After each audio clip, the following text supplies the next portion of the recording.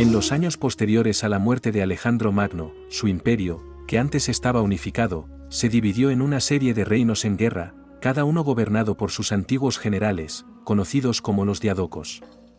Sus luchas internas sumieron al mundo mediterráneo en el caos, un vacío de poder que daría lugar a nuevos contendientes. Entre estas figuras se encontraba Pirro de Epiro, un joven rey con un linaje militar de renombre.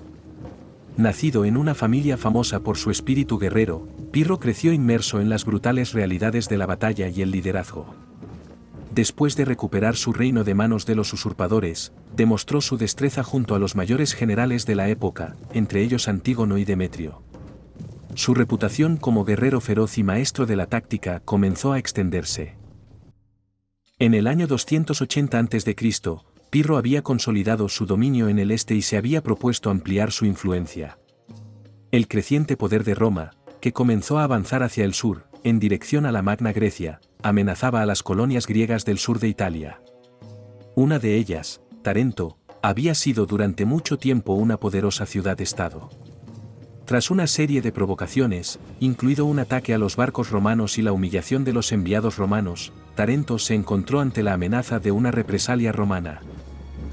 Desesperados, los tarentinos enviaron una embajada a Epiro pidiendo la ayuda de Pirro.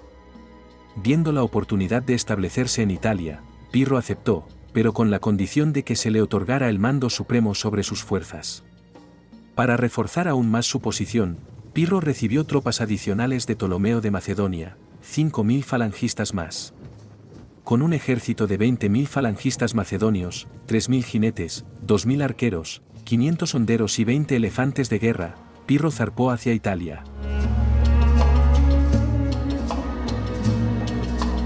Al desembarcar en el sur de Italia a principios del 280 a.C., Pirro comenzó inmediatamente a militarizar Tarento y a consolidar su posición.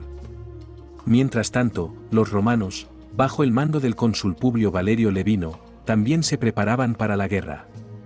Levino lideró una fuerza de 40.000 hombres que marcharon directamente hacia la ciudad griega de Heraclea, con el objetivo de enfrentarse a Pirro antes de que sus aliados pudieran reforzarlo. A medida que avanzaban, los romanos atacaban la campiña y avanzaban hacia el sur para forzar un enfrentamiento. Los dos ejércitos se encontraron cerca de las orillas del río Siris, donde Pirro había dispuesto sus fuerzas en una posición defensiva. Su ejército, una formidable mezcla de la falange macedonia, tropas griegas aliadas y elefantes de guerra, estaba listo. En los flancos, la famosa caballería tesalia, conocida por su velocidad y maniobrabilidad, esperaba la señal para atacar. Pirro, experimentado y metódico, planeaba mantener su posición hasta que llegaran refuerzos, con la intención de aprovechar tanto su superioridad numérica como el terreno.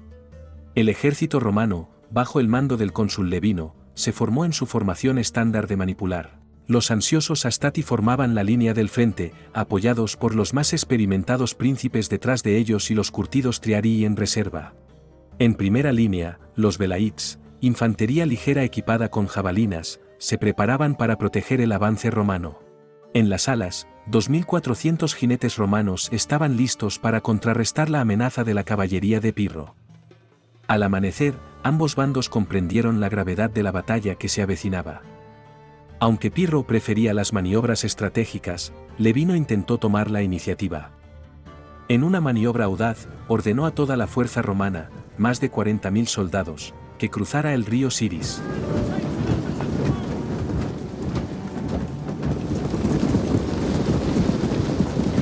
Los escaramuzadores de infantería ligera de Pirro bombardearon a los romanos que avanzaban con flechas y jabalinas, con la esperanza de frenarlos. La vanguardia romana siguió adelante sin inmutarse, y su disciplinada marcha fue acompañada por el rugido ensordecedor de miles de hombres que vadeaban el agua. A su izquierda, la caballería romana, que había cruzado río arriba, atacó a las unidades de proyectiles de Pirro, dispersándolas en desorden.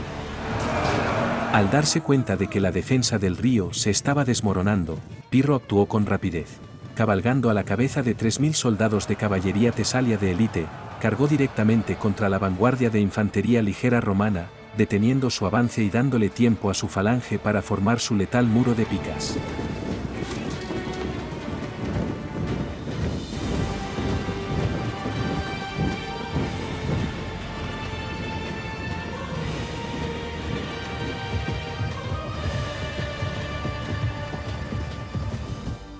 Para entonces, todo el ejército romano había cruzado con éxito el río, formándose en su familiar formación manipular.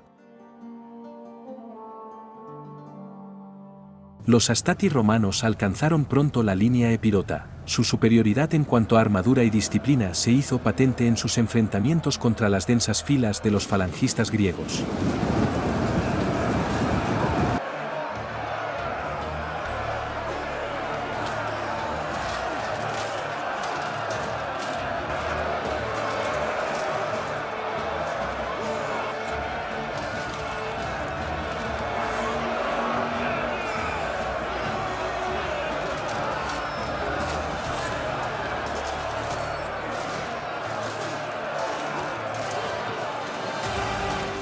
El propio Pirro se vio atrapado en medio de la refriega y estuvo a punto de ser derribado por un soldado romano.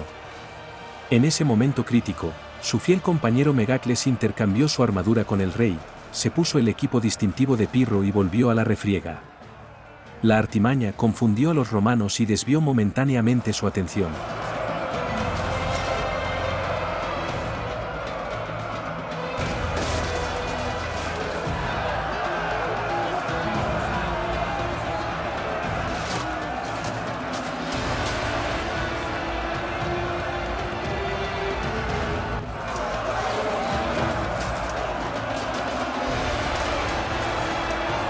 A pesar del feroz asalto romano, la impenetrable muralla de picas comenzó a empujar lentamente a las legiones hacia el río.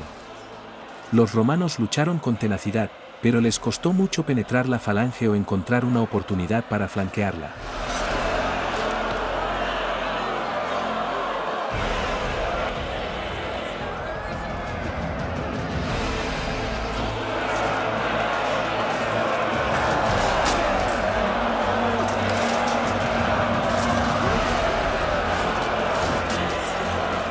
La victoria parecía estar al alcance de Pirro hasta que se produjo el desastre. Megacles, que llevaba la armadura del rey, fue asesinado por un soldado romano. Su casco fue exhibido a lo largo de las líneas romanas, lo que encendió una oleada de moral entre las legiones y desmoralizó a los epirotas, que creían que su rey había caído. Sintiendo el peligro, Pirro galopaba arriba y abajo de sus líneas, gritando a sus hombres que estaba vivo y animando sus ánimos. Con la moral recuperada, soltó a sus elefantes de guerra, que habían mantenido en reserva. Las enormes bestias, que se alzaban sobre el campo de batalla, se lanzaron con estruendo hacia los flancos romanos. Para la mayoría de los soldados romanos, este era su primer encuentro con tales criaturas, y la visión por sí sola fue suficiente para enviar ondas de choque a través de sus filas. La caballería romana entró en pánico, sus caballos salieron corriendo despavoridos y pisotearon a su propia infantería, fragmentando aún más la formación. Incluso los endurecidos legionarios comenzaron a vacilar y a retirarse. Pirro, sintiendo la victoria, ordenó a su caballería tesalia que persiguiera a los romanos que huían por la orilla del río. La derrota fue total. Al final del sangriento enfrentamiento, alrededor de 7.000 romanos yacían muertos en el campo de batalla, y otros 2.000 habían sido capturados. Pirro había conseguido una victoria reñida pero a un gran precio. Perdió aproximadamente 4.000 hombres, incluidos muchos oficiales experimentados. Aunque victorioso en Heraclea, Pirro emergió con una conclusión aleccionadora: la resistencia de Roma los convertía en un enemigo diferente a cualquier otro al que se había enfrentado.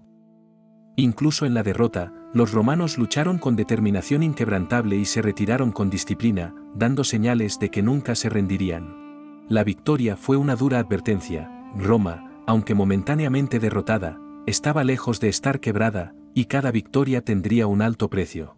Pirro sabía que la guerra por Italia estaba lejos de terminar.